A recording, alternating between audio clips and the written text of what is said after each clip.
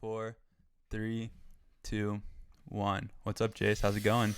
Episode 11, back, baby. Double digits. Well, Pretty we were fun. double digits last week, too. That's true, but we didn't bring it up. Debates, final debate. Better than the first one, I think, as far as watchability. Dude, it's because Chris Wallace wasn't moderating it. That's true. And I think both candidates had kind of gotten cues from their teams that they should probably back off a little bit. Yeah, and the person asking the question, the moderator, was punchy too. She was giving them both like, what the heck is this? What the heck is this? Yeah, definitely. And yeah, I think it was better. And I think like you saw both candidates kind of catch themselves when they'd go to interrupt and they'd be like, oh, okay, hold on. I'm going to stop. Who do you think won the debate? It's so hard to say because I think Trump, just the way he talks, he likes to put these little jabs in, mid-sentence jabs that they can't really respond to. Mm-hmm. So Trump will be like, Joe da because he doesn't know what he's doing, or Joe blah blah blah because he's a racist, or like he'll put those little jabs right in the middle of his sentence, and it seems like it makes him look unprofessional. But then towards the end, Joe was starting to do the same thing. He was taking little jabs that had no substance. So I think Joe substantively won the debate, but I think Trump did exactly what he was supposed to and point out why he should remain president and just point out Joe Biden's flaws. Like he got him on the crime bill again. That was huge. He got him on fracking. Joe Biden said say what you want about Joe Biden, but he literally said that he would ban fracking, or he did not support fracking, and then he did a complete 180 when he got the nomination. And then he did a complete 180 again at the debate, that they were going to move completely away from like oil, right? Yeah, he said he does want to shift away from oil. Yeah, and I think it's tricky because you can get both, like I think it's possible for both candidates to win, because if they both do what they want and kind of appeal to their bases, at this point, you're probably not winning people over from the debates as much as you might in kind of other years. But I think it's close. It's very close. You could probably call it either way, to be completely honest. I think Trump, it's so funny, Trump's way of talking, because first of all, you can tell he's from New York, and you can tell he just has like this alpha male presence, right? Well, he just walks into a room and he has the energy of like, this is my room now. Yeah, and it's like every time he talks, it's like a sales pitch. Like it's lots of like little quick kind of jabs, for lack of a better word, like short sentences, doesn't use big words, kind of just getting his point across. Or it's just an interesting way that he speaks. I think what could have taken Joe Biden down was Hunter Biden, Burisma, Ukrainian Energy Board, but the tech giants up there, oh wonderful Mark, and oh wonderful Google CEO, please do not ban our account. And Jack Dorsey, please do not ban our account. But they destroyed that story. Buried that story. It's shocking how, I mean, my way of looking at it is, if that came out and it was like Don Jr., if that story had come out about Don Jr., the Democrats would be... The Mueller investigation was about what Don Jr. did, and that happened for 2.5 years. There was nothing there really. Like they ended up finding out there's nothing of substance. Yeah, and so the fact that this comes out, and on first glance it looks like there's something there, like it should probably be at least looked into a little bit more, and it just gets buried. You can't see it I mean, yeah. So what did Twitter do? Twitter said you're not allowed to tweet links to the post. And Facebook just throttled traffic to posts that had the link in it. That's crazy. I mean, we've talked about like the tech giants and kind of social media platforms having too much power. I think that's like a pretty tangible example of them stepping in and overstepping their bounds as just like a platform. It's worrisome, dude. I hope someone, if Trump gets reelected, I think you'll see reform to that rule. Oh, for sure. It's going to come before the Supreme Court. But I think if Biden gets elected. You think it'll go before the Supreme Court? So you think they changed the FCC rule and the tech giants sue? Or I think the U.S. sues. The U.S. sues them in violation of the rule? Yeah. And then it goes before the Supreme Court. And I don't know how that pans out. It probably depends on the exact case that they bring before the Supreme Court, but I think it disappears if Biden gets elected. Oh, for sure. 100%. We'll see more censorship.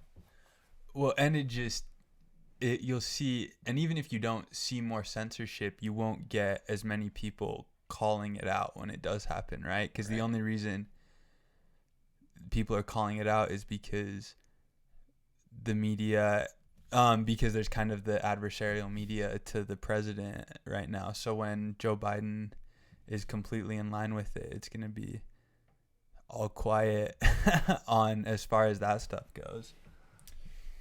I think the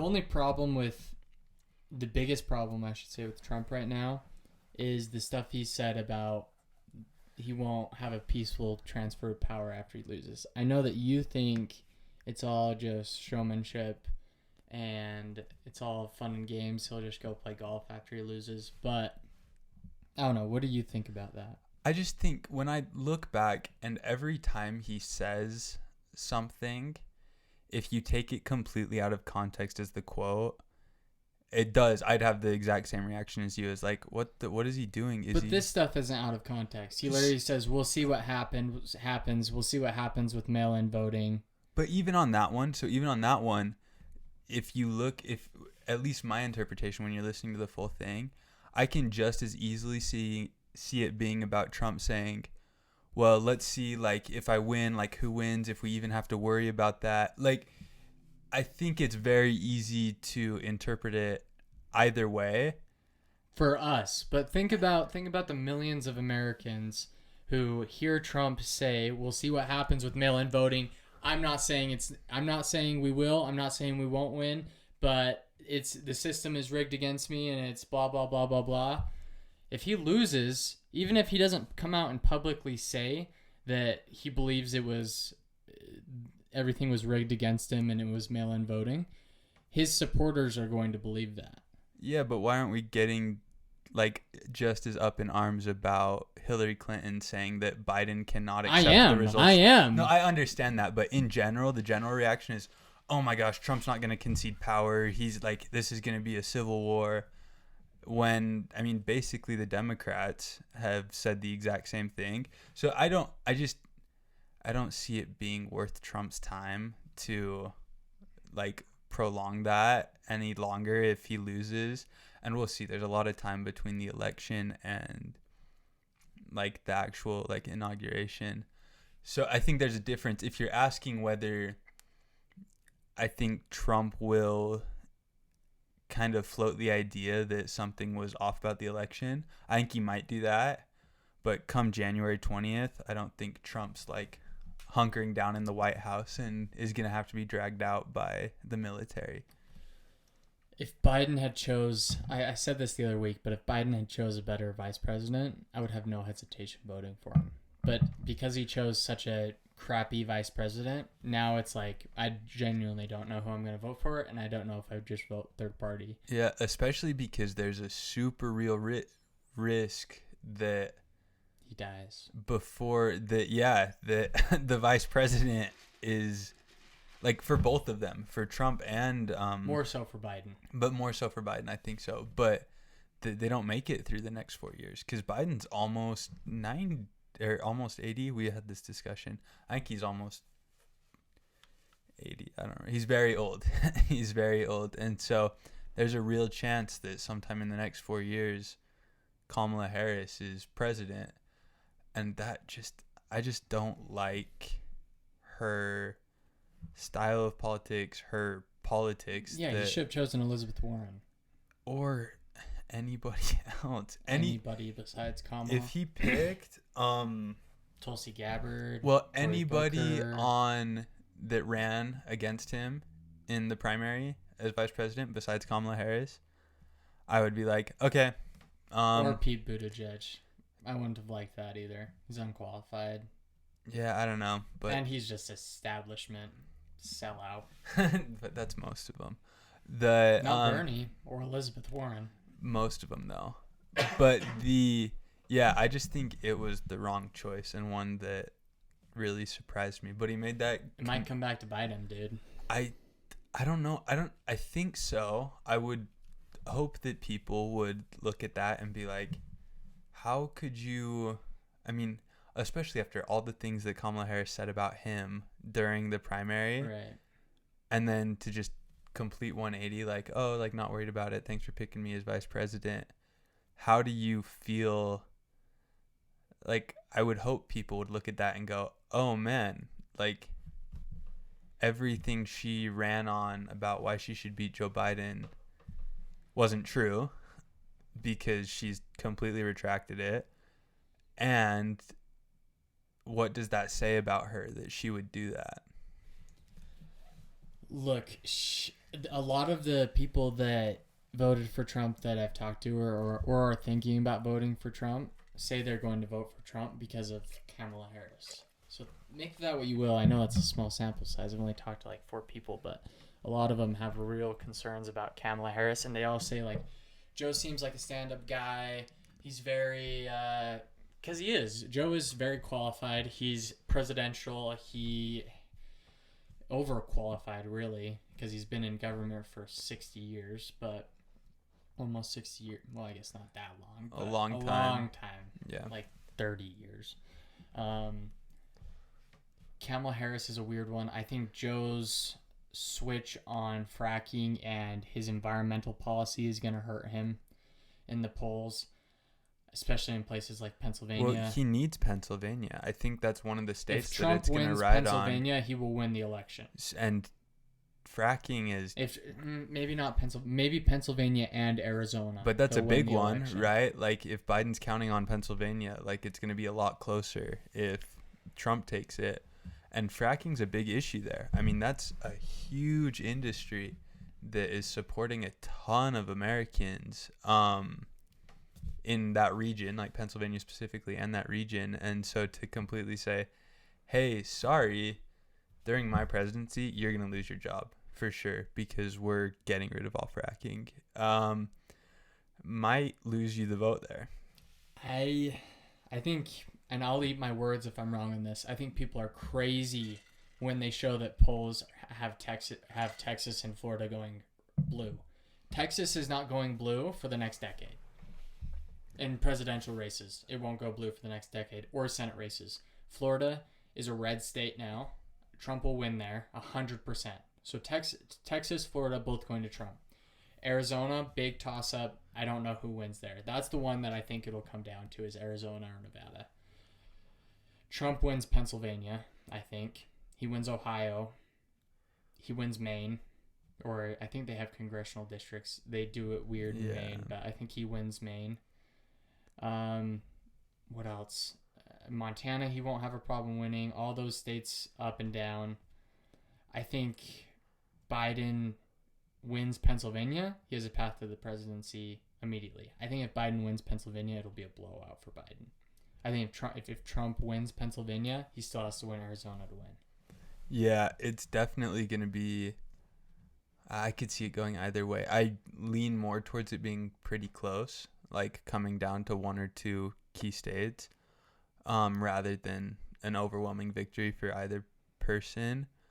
But it's, the polls that show Florida and Texas going blue, I think, is more a comment on the inaccuracy of those polls than it is on the actual outcome. They're relying so heavily on those polls. Well, In because 2016, Hillary Clinton had a 90% chance of winning. yeah, and the thing is the polls, like, who are you getting when you call people?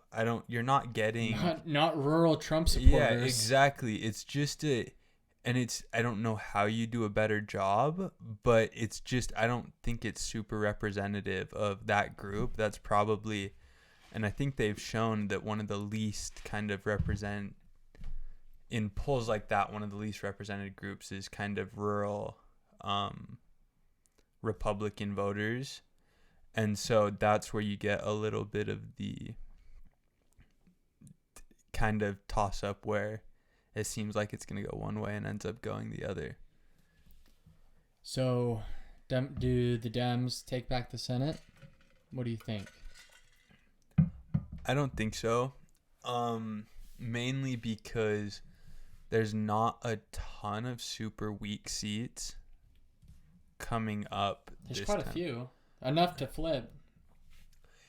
Yeah, but that's if every single one that is weak at all flips, which I don't think is going to happen.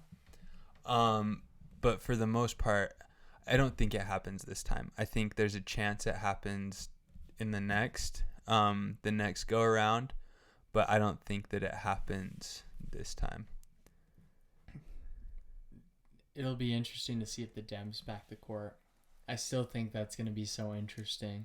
Oh, this is actually, I didn't mention it last week, but my problem with that, why I think that the Dems packing the court and then the Republicans like pushing through the nomination, why I think those are different situations, is my issue isn't kind of like going the letter of the law, like, hey, like 4 years we can do that. It's fundamentally like changing the structure of institutions for political victories. That's where my issue is. So stuff like changing that you need it to 51 votes in the Senate to confirm like justice, packing the courts, or like getting rid of the filibuster. That's the stuff I have a problem with more than like the Republicans pushing through a Supreme Court nominee. Ooh, that's a hard one to me because fundamentally those structures, unless the structures present within those institutions are protected by the Constitution, I think either party has a right. The problem is whether it's ethical, no. And whether it's sustainable, no. But I guess my thought is do whatever you want to the system, do whatever you want to the Senate, and make your case to the American people and let the American people decide if they like it or not. If they go and pack the court, and the American people don't like what they see, which they won't, come midterms in the midterm election in 2024, 2024, yeah. 2022. Yeah, because that's in between the presidential elections. Yeah. The Republicans will take back the House and the Senate if they lose it. Yeah, I don't like, I have never really seen an instance where changing the structure of institutions just so that you can win in the moment doesn't backfire. The New Deal. That's what FDR did. But that wasn't for a like I'm talking more about saying that, I mean, specifically the big one that kind of relates to this situation is the Harry Reid changing it to you need 51 votes in the court, right? Oh, like, or in the Senate. And you saw it backfire. And it backfires, exactly. It just, people, if you can start changing institutions to suit one side, then the other side will just do the same thing when they're in power.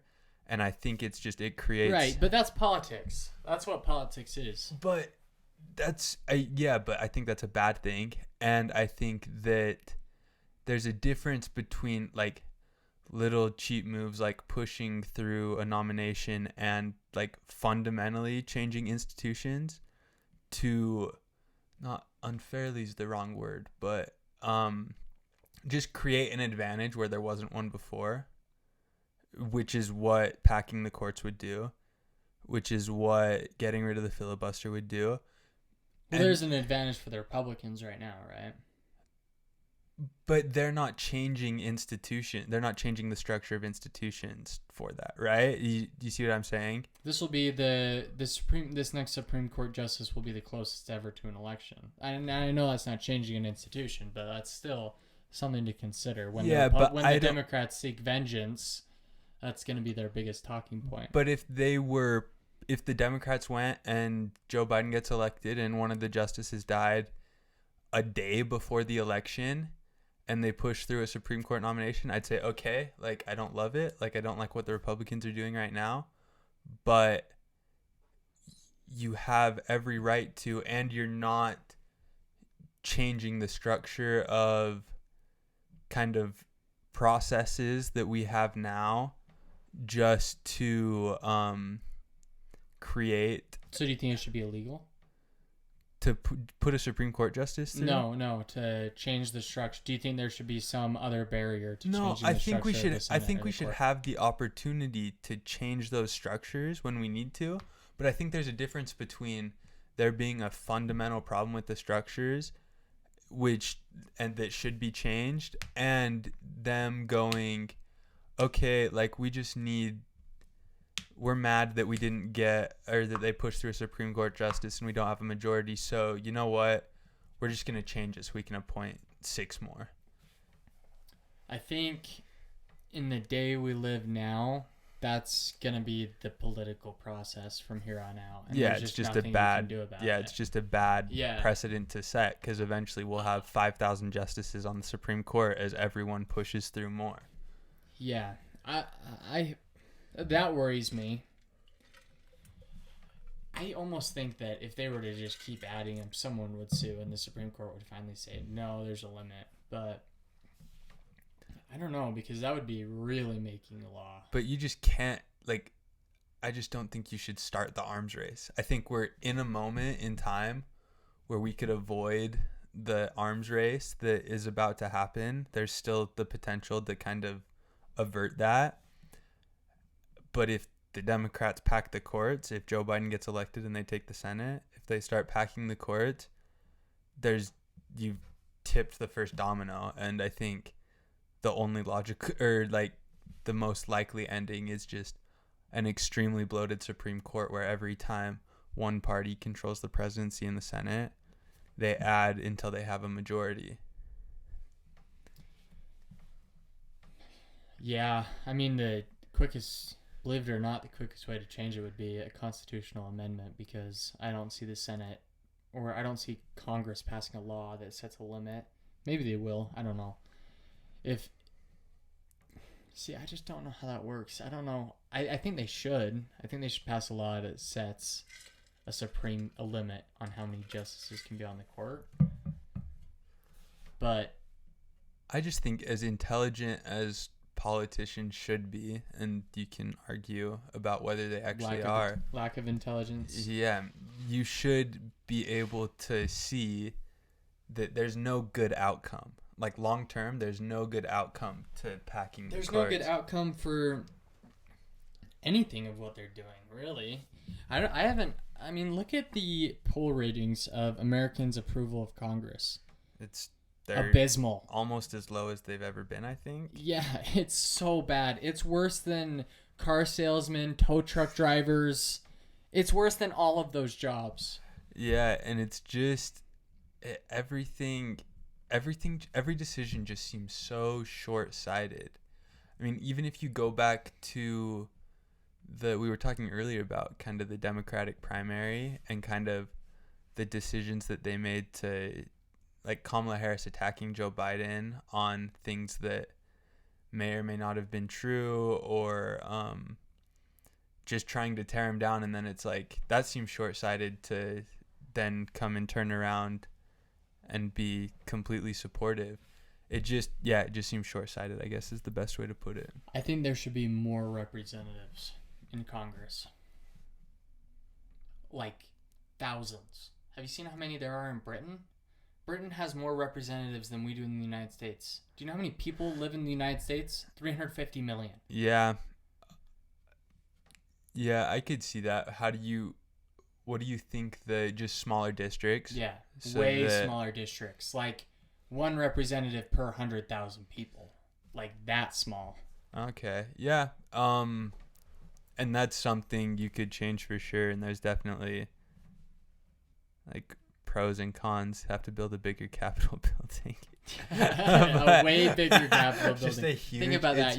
It would be. It's just a stadium. It's a football stadium. 3,000. It would be 3,000 representatives. One per 100,000 would be 3,000. Over 3,000. Yeah.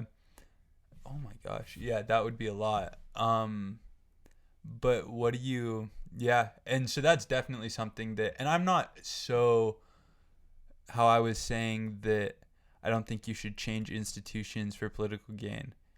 I don't think you should. I don't have a problem with changing political institutions to make the system work better.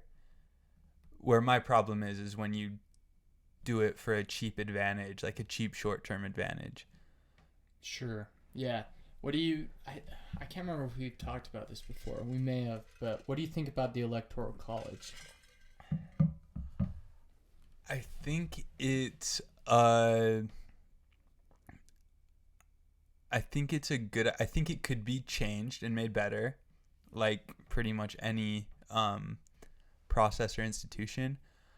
I think though it's closer to being the correct way to do things than it is to not being. So I don't think we should completely get rid of it like a lot of people it seems like want. Our country's so big and there's such a variation on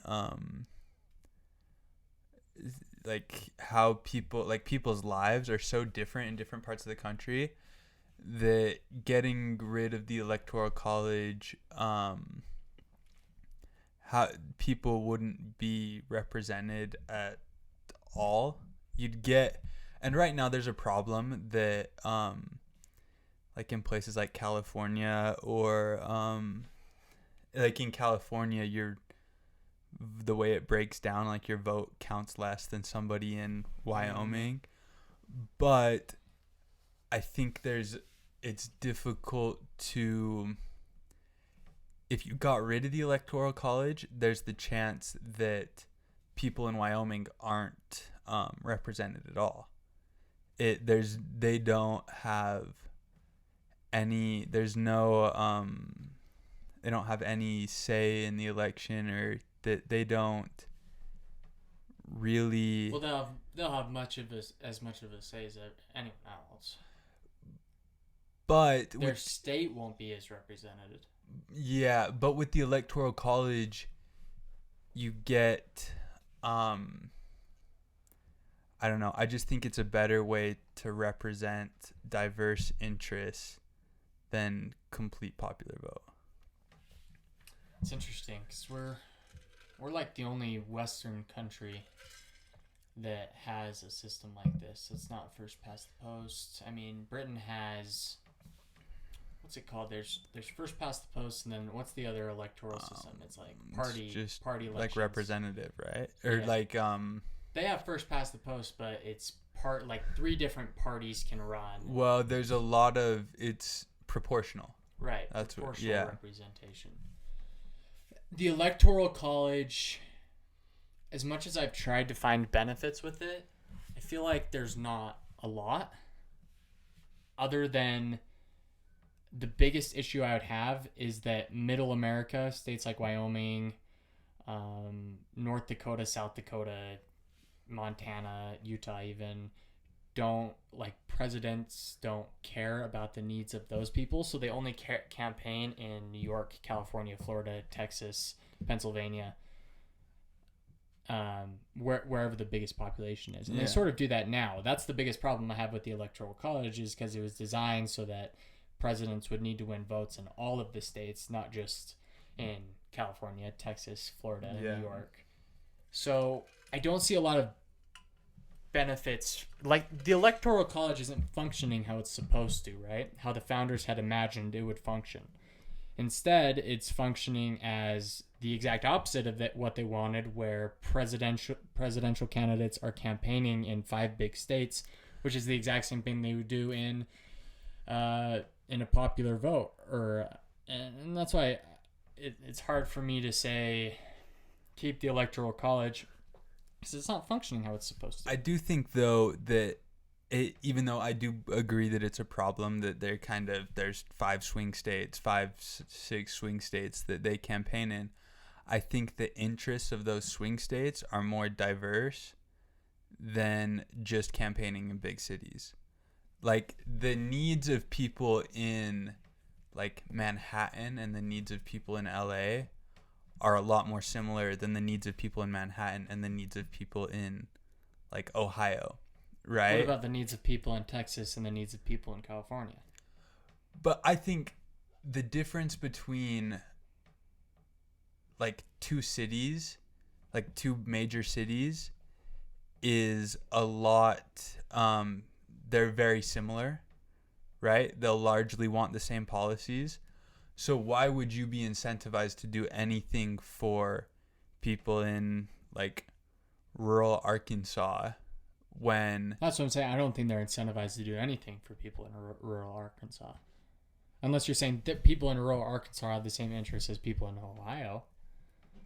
But so that's why I think the Electoral College spreads it out a little bit more than just strictly the interests of people in large cities. Because what do I care if I live in, like, even downtown Salt Lake? Or maybe that's a bad example, but, like, if I live in New York City, what do I care about the, like, subsidies for farmers in Kansas? So why would I as a president, if my vote only matters on the big cities, really do anything to benefit people in like middle America, more rural areas that might potentially hurt people in cities? And I don't think the Electoral College is perfect. I just think it spreads those interests out a little bit more than strictly focusing on big cities. Yeah, I can see that in some sense. I think the problem is presidential candidates that are all showboating and don't really care for Pennsylvania, Ohio. I don't think anyone has really helped the people in those states. Trump has done some stuff, but I also think he's done a lot of stuff to hurt those states. So it's so hard for me to make a decision on this, because I think popular vote as a concept is more effective in democracy than the Electoral College.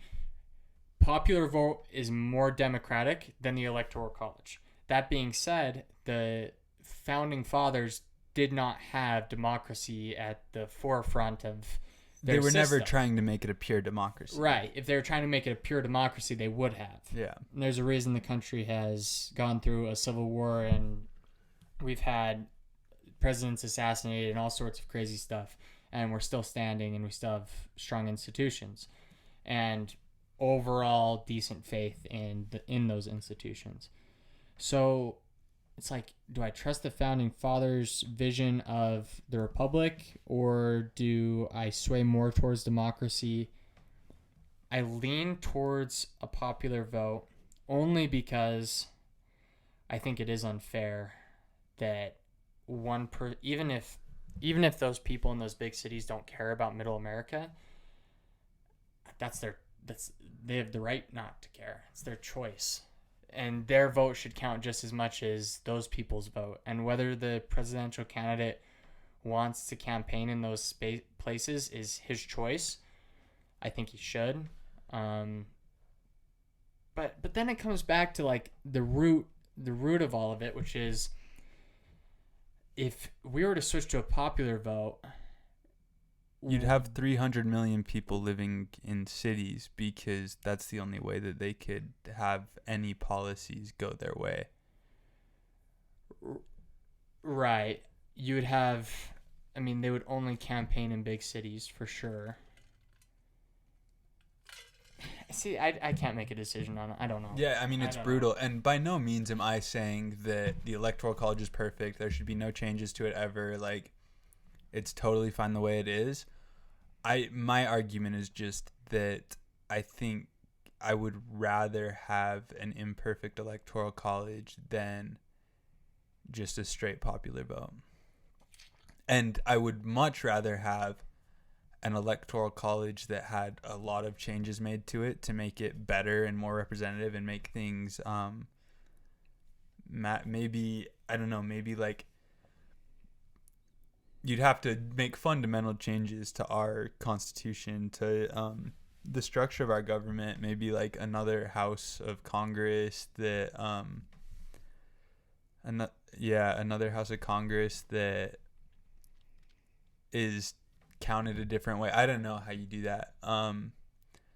Maybe that's what you do, like a legislative house that's more representative, that kind of works in tandem with the president. But I don't know. It's just, it needs changes, but that's what I'm saying.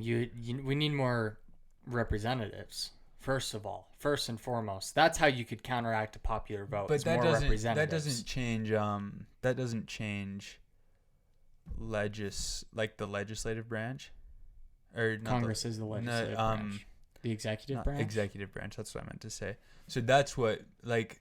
Well, I know, but the legislative branch can act as a counterweight to the executive. But what if you had kind of a tandem system in the executive branch where you have a president that's more like decided by the Electoral College that works in tandem with almost a third, almost like another House of Representatives that has more executive powers? He kind of does. It's the bureaucracy. They're just unelected. But they're not elected, right? So what if we had an elected branch? It's almost like the British parliamentary system. That just sounds contained in the executive branch. That sounds a lot harder than just adding more representatives. But there's no check on the if you want a check within the executive branch that's more So you're saying Congress hasn't done an effective job at being a check on the executive branch? No, I'm not the one. Because I would make that argument. But I'm not arguing for the more representatives. I'm saying if we had to somehow make the executive branch more representative, like what a solution to that might be.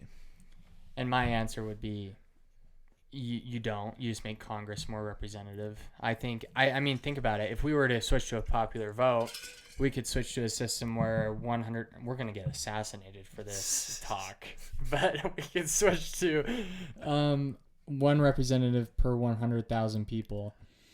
Just in the House.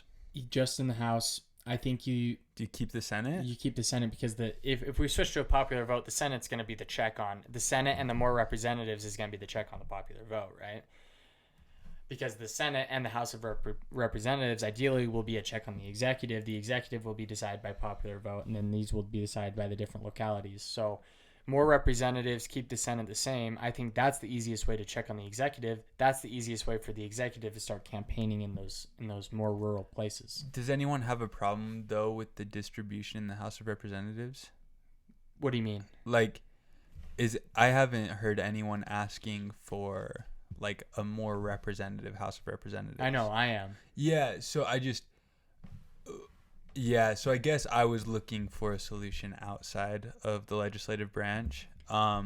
You want a whole nother body of government. I don't know. To replace the bureaucracy, really, ideally.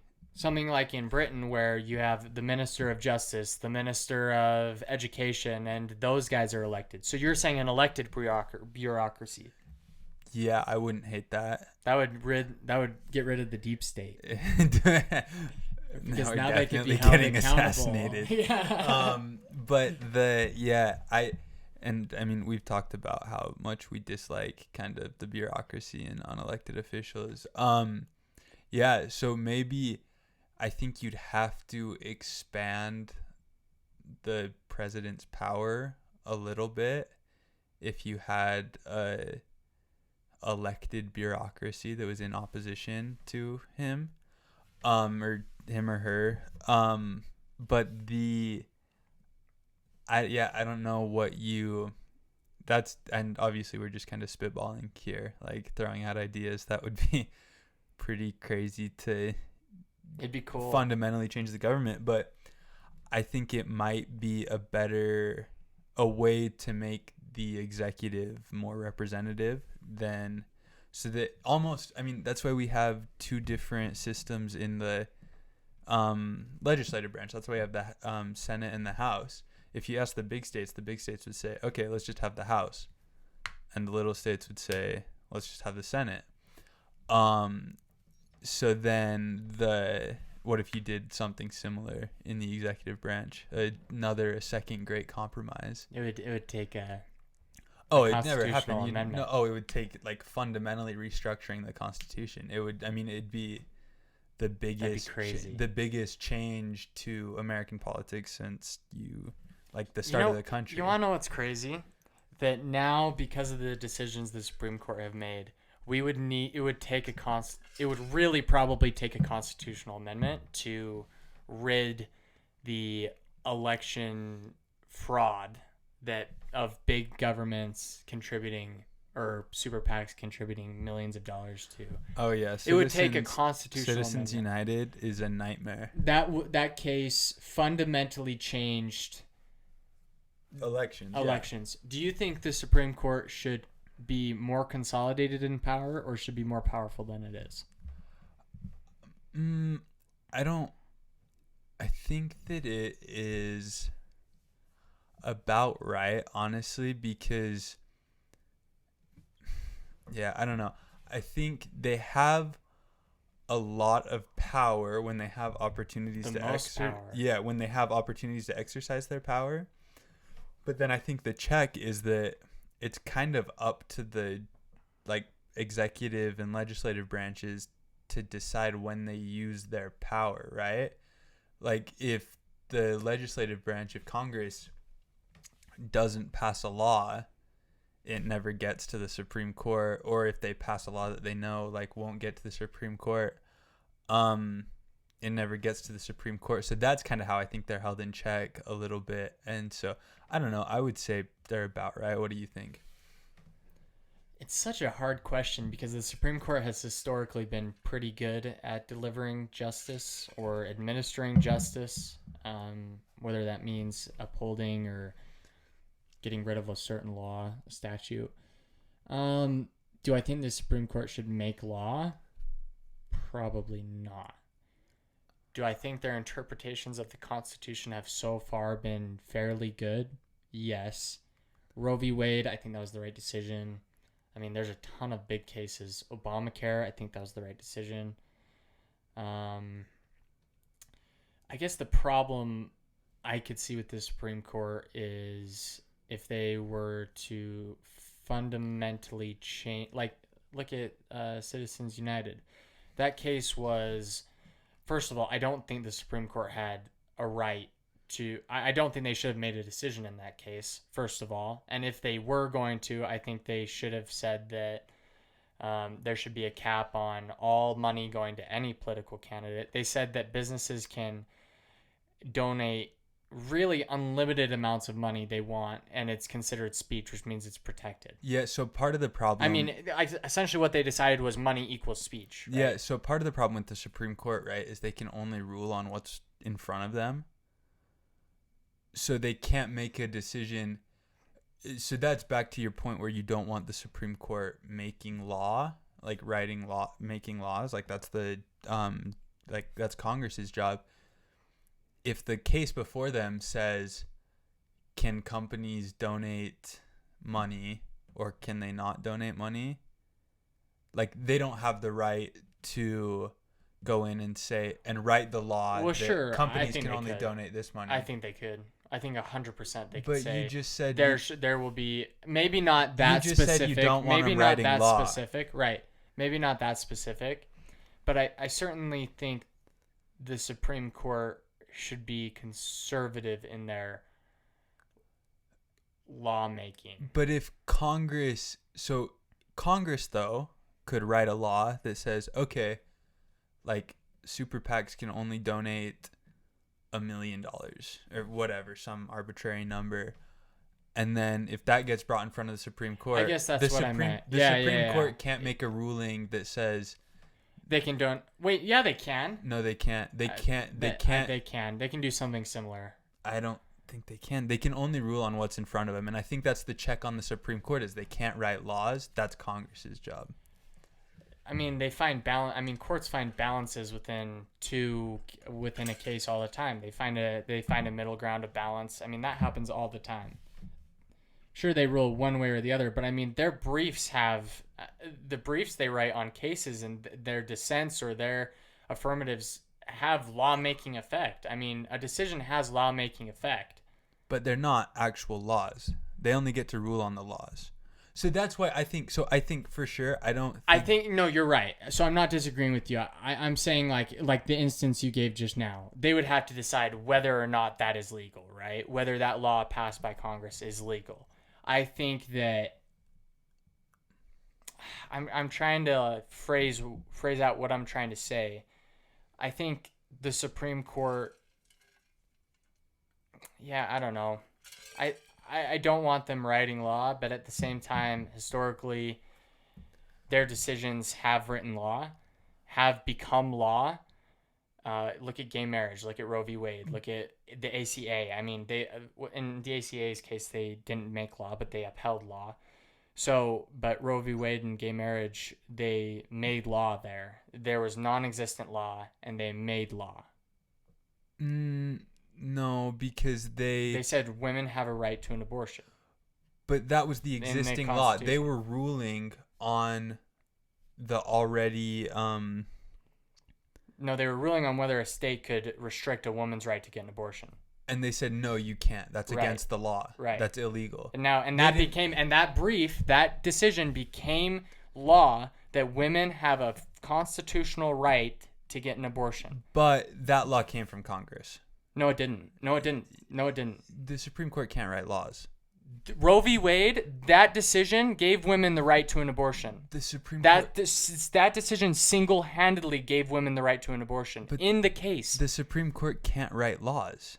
They literally, that's not part of their problem. I'm telling you right now, the Supreme Court ruled that women have a constitutional right to get an abortion, and that right has not been restricted since then. That is the same effect as making law. The Supreme Court can make law. They set the interpretation of the law, which I think is different. No, you're wrong about this. Roe v. Wade, so the Supreme Court in Roe v. Wade ruled that women have a right to get an abortion, and that right cannot be restricted by states. Women can get an abortion in any state. Any state. Ever since Roe v. Wade happened, states could not restrict abortions, and the way they did, there were several different laws passed in different states that attempted to do it, and all of them have been overturned, and Roe v. Wade has been upheld. Yeah, there's a difference between setting precedent and writing law. It's the same thing. It's precedent not the same is law. thing. It's yes, not it the is. same thing. Yes, it is. It has the same effect as law. Because law doesn't have to have a case come before it, and they didn't set, like the Supreme Court didn't say, like the Supreme Court largely is like yes or no, right? Like largely they're binary decisions. So that's why because the original discussion, right, was with like Citizens United and campaign contributions.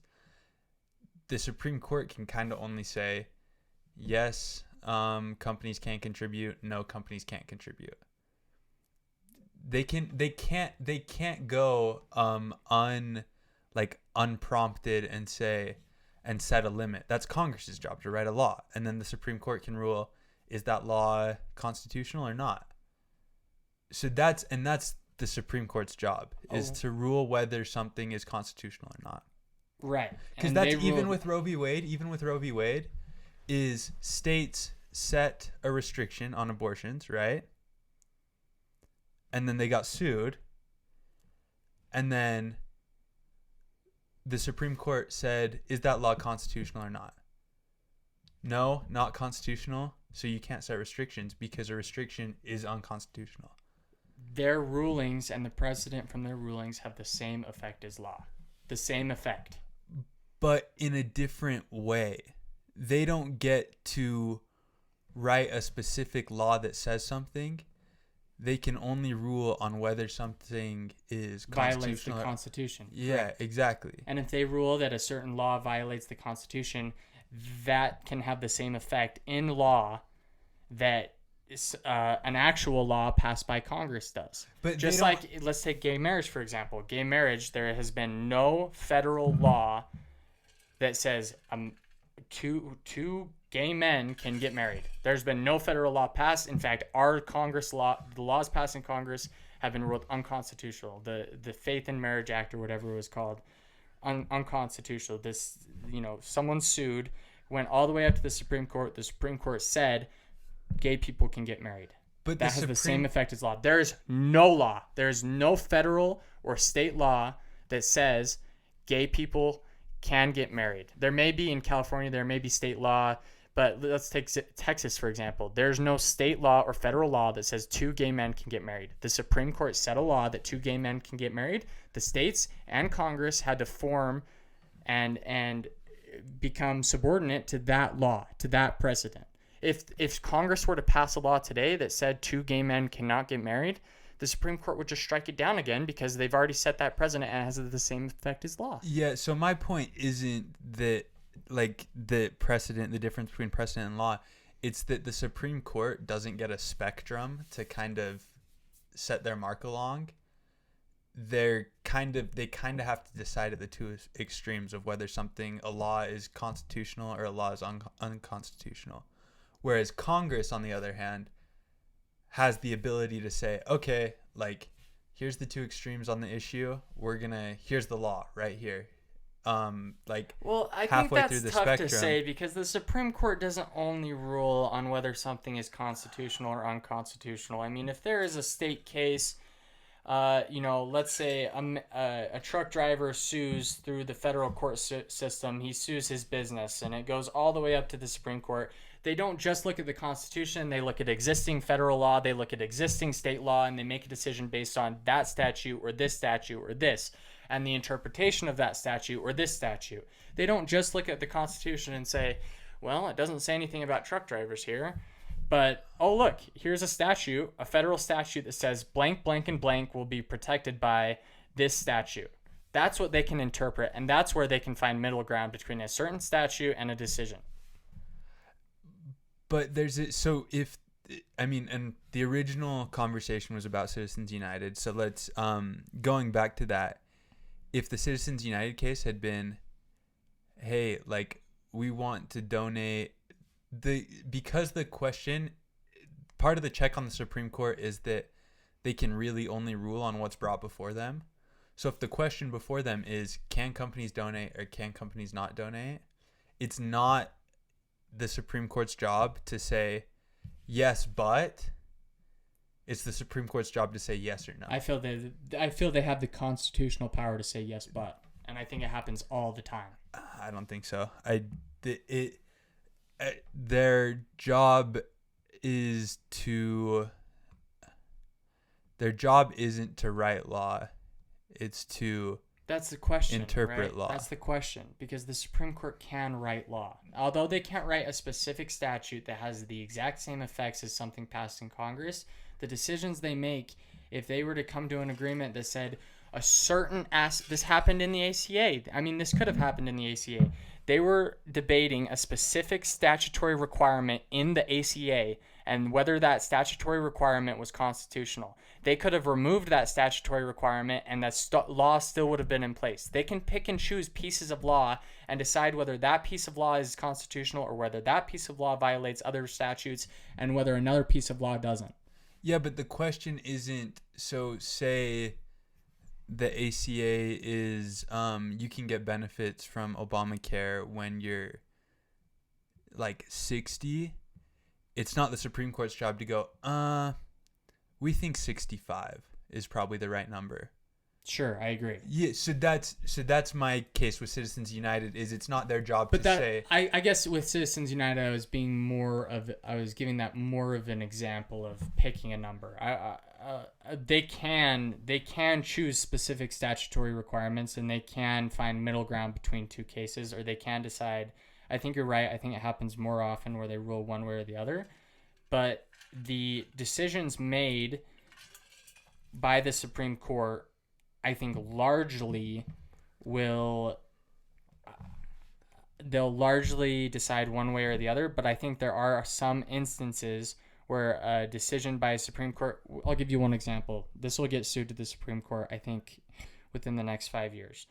At what point can a state restrict a woman's right to an abortion? At what age? At what month of pregnancy? So let's say a state says, well, we believe 5 months. And let's say well, let's use this example. A woman says, I believe I have a right to get an abortion at 6 months. And the state says, no, we believe in our law at 3 months. I think you're right. They would decide, is it 6 months or is it 3 months? But the question I'm posing is, do they have a right to decide something in the middle between 6 months and 3 months based on data given by scientific experts and outside influences and all sorts of different things? Do they have a right to draw a conclusion based on somewhere between 6 months and 3 months that is more realistic? Absolutely, they do. And let's take it more extreme. Let's say the state says 1 month, and let's say the woman says 9 months. What are they going to do? Say you can either get it at 1 month or 9 months? No. So what they're going to say is the state has a law that says after 5 months, you cannot have an abortion. And then someone sues and says, like, that's not constitutional. You can't restrict that. And then the Supreme Court says, you're right. You can't restrict it like that. Their job, and they don't set a number like that. Are you talking about their job, or are you talking about what they do? I'm talking about what they do. I don't think they do that. I don't think there's evidence of them doing that. I think there's evidence of them setting. So if I go, okay, restrict it 9 months, if we're talking about abortion, and you take it to the Supreme Court and they say, okay, that is unconstitutional for the state to restrict it at 9 months. And then someone goes 8 months. They set a law that it's at 8 months it's restricted. And then you go, okay, no, that's not constitutional. That's how the Supreme Court sets like a specific precedent of, in a case like that, if we're like on a spectrum, is by eventually saying, okay, like that law is constitutional at this point. So that's why with Citizens United, when the question is, can companies donate money or can companies not donate money? The Supreme Court, right, they're not going to pick a specific number, like I was giving an example. Sure, they're not going to pick a specific number of how much a business can donate. They're not going to do that. But I feel that in other cases, so the Supreme Court and their rulings have the same effect as law, and they can pick and choose what statutes are constitutional. They can pick and choose what a statute means. Look at Roe v. Wade. They chose a statute of the right to privacy, or the right to, I think it was the right to privacy in the... Yeah, it was like the 14th Amendment. The 14th Amendment. The right to privacy. They derived from the right to privacy, that line, the 14th Amendment or what have you, they derived that a woman has a right to get an abortion. So the way they interpreted that, though, is that a restriction on a right to abortion is unconstitutional because it goes against that statute in the 14th Amendment. Right? Right, but if they get sued, if a state sues in the next 10 years and says the state can decide whenever they want to whether or not to restrict that abortion, and a woman says a state cannot decide whenever they want to restrict that abortion, I can have an abortion up to 9 months if I want to. I can have an abortion the day before I was supposed to deliver. What is the Supreme Court going to do? Say the law is unconstitutional, right? And that she can have an abortion up to 9 months? Yeah. No. That's how it works, right? The Supreme Court doesn't set a specific. That's what Congress's job for, is to write laws. The Supreme Court can make law. They can't. Yes, they can. The Supreme Court can make law. You can't. They can't write law. I mean, that's just not true. That's what they do. Their briefs are written law. They're not laws. Yes, they are. No. Yes, they are. They are upheld and have the same effect as law. But they're not laws. They're not laws, but there's a it's difference law. though. There's a difference between That's laws an and important law. distinction. That's an important distinction. No, there's a difference between a law passed by Congress and there's a difference between a law that has been derived from the Supreme Court as precedent. Calling it law is It is law. No, that's a misrepresentation. The right to an abortion is law. It is common precedent. law. It is common law.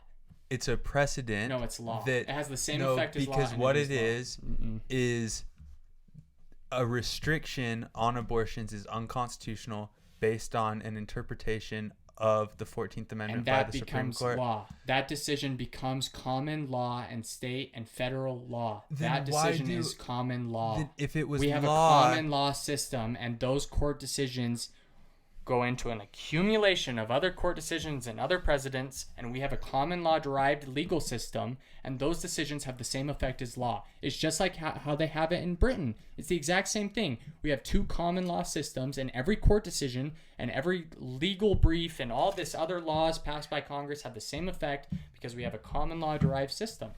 That's how it works. But law passed by Congress has the ability to set specifics. Precedent set by the Supreme Court is more binary. I don't like the Supreme Court. I don't think, and in everything I've seen, and I'm not perfect, like infallible on knowing everything they've done, has not said, you know what, like one side wants this number, one side wants this number, we're going. Dude, they do it all the time. States sue each other all the time, and the Supreme Court comes up with places in the middle. They meet in the middle, or they make a decision that gives the state some and this state some. That's the lawmaker's job. Okay, make that argument then. Fine, make that argument. But that you can't say that's what the Supreme Court does, because it isn't what they do. Right? I'm making that argument that that's what the Supreme Court does. They find middle ground between, if Texas v. California or whatever case you want to point out. If a state sues a state, this is an excellent example, they can find middle ground between the two. Or if a state has they say, look, our water pipeline stretches to Arizona and it cuts off here and this water is ours, and Arizona says, no, this water is ours. The Supreme Court can say, no, it actually ends here. And this is what the law says, or this is what the area boundary says, or this is what these people say. This is what state law and federal law has dictated. The Supreme Court has a right to make that decision and find middle ground between the state suing a state. And that's an excellent example of one way that the Supreme Court makes those decisions. I think, though, there's a difference between like arbitration like that between two parties and when there's a lawsuit about the constitutionality of a law. There's no, in like a dispute over water rights, there's no dispute. There's not a law brought before Congress, and we can argue all day about that. If we're going with specifics, though, right? I just want to bring it back to the Citizens United, right, that we were talking about initially, because I mean, for one, that's the basis of everything I've been saying, is that when the question is, can companies donate money or can companies not donate money? The Supreme Court's job is not to say you can donate $1 million. But that same argument that you're making, the argument that the Supreme Court. So be consistent in your argument and say that if someone sues over water rights, they have to decide with one party or the other. But you're saying that's arbitration. The question isn't so constitutionality. The question isn't constitutionality. So let's bring it back to 9 months and 1 month. So you're saying the Supreme Court should decide whether a woman can get an abortion up to the day she delivers, or whether the state has a right to restructure an abortion to the first week of pregnancy. The Supreme Court isn't ruling on. The Supreme Court isn't ruling on the numbers. The Supreme Court is ruling on whether the law violates the Constitution or not. Correct. No, not always. Yes, that's what they're doing, though, and especially in those cases, right? Because obviously there's nothing in the Constitution that says, oh, hey, like a woman can have an abortion, right? Like that's not explicitly said. So they take an interpretation of the Constitution and say, that covers this. That umbrella covers this instant. Look, they don't only base it in the Constitution, though, man. They take other. I mean, there's legal briefs written. There's opinions written that are submitted to the court. There's expert testimony. There's doctors that give testimony to the court. I mean, there's all these different variables, and to say that the Supreme Court makes a binary decision in all cases involving the Constitution just isn't true. But what does it boil down to, right? Doesn't it boil down to, in 99.9% of cases, whether something's constitutional or not, whether it violates the Constitution or not? I don't think so. Then what are they ruling on? Like, what's the point of having a federal Supreme Court if they're not ruling on whether it violates the federal laws? I'm confused with the argument you're making, because on one end you're saying so does the Supreme Court make law? No. What effect does the decisions made by the Supreme Court have? What effect do those decisions have? They can set precedent about the implications of law. And what they don't what write implications laws. does that have? The interpretation of law. It has the same effect as law. No, it doesn't. There's a difference. I don't think, why would they be a separate body than Congress if they both had the exact same job? I feel like I'm arguing for something that's fairly accepted in the legal community, that the Supreme Court can make law. No. I think that's they don't make law. They set precedent. I think that's And that's an important distinction. I think that's like very accepted, actually. I think that's like constitutionally accepted. And we'll Google it after this, and I promise it'll say the Supreme Court makes law, because they do. Our common law system, the decisions that the Supreme Court makes have the same effect as law in a common law system. That's the entire point. If you took a list of all our laws, would it have the Supreme Court decisions listed?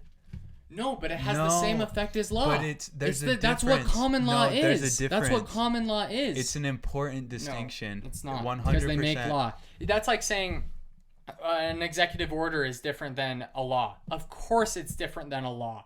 The executive order has the same effect, though, because it's branched under the executive. It can go into law. It can be enforced. It applies to the states. It applies to the government. Of course there's a distinction between an executive order and a law passed by Congress. Of course there's a distinction between... Of course you can't find a list of laws by Congress and by the Supreme Court. Of course you're not going to find that. But that's like very low-level basic... Of course, that's like, duh. Of course I'm not going to find that. But in a common law system, just like they have in Britain, just like the United States derived our legal system from, the Supreme Court has the ability... Through their interpretation of the law, they have the ability to make law. They did it in Roe v. Wade. They did it in gay marriage. They made new law by deriving opinions from the Constitution, which was one of the founding documents. They had the ability to make law by deriving an interpretation from that document. Which has the same effect as making law, right? They derived Roe v. Wade from the right to privacy in the 14th Amendment, and now it has the same effect as law. Every single person has the right to get an abortion. That is law. States can still make laws that restrict abortions. They do it all the time. But basically, at the basic level, every woman has the innate right to get an abortion, which has the same effect as if the legislative branch were to pass a law saying every woman has the right to get an abortion. But do you concede that states can still make laws that restrict abortions? Not fully restrict abortions. They can't. They can make laws. No, they can't. They can't come out with a law. Utah cannot come out with a law that says women cannot get an abortion. If it passed the state parliament? Nope. Or not Wrong. parliament? They could. No, they couldn't. It's already been turned down time and time again at the lower level courts. It immediately gets turned down. Exactly. It goes to the courts, but they can still do it. It's not law. And what do they base their decision on? It's precedent. It's common law, brother. It's precedent. Yeah.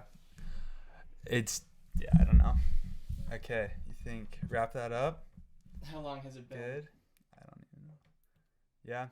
All right, let's call it. Really good. Okay. Let's call it.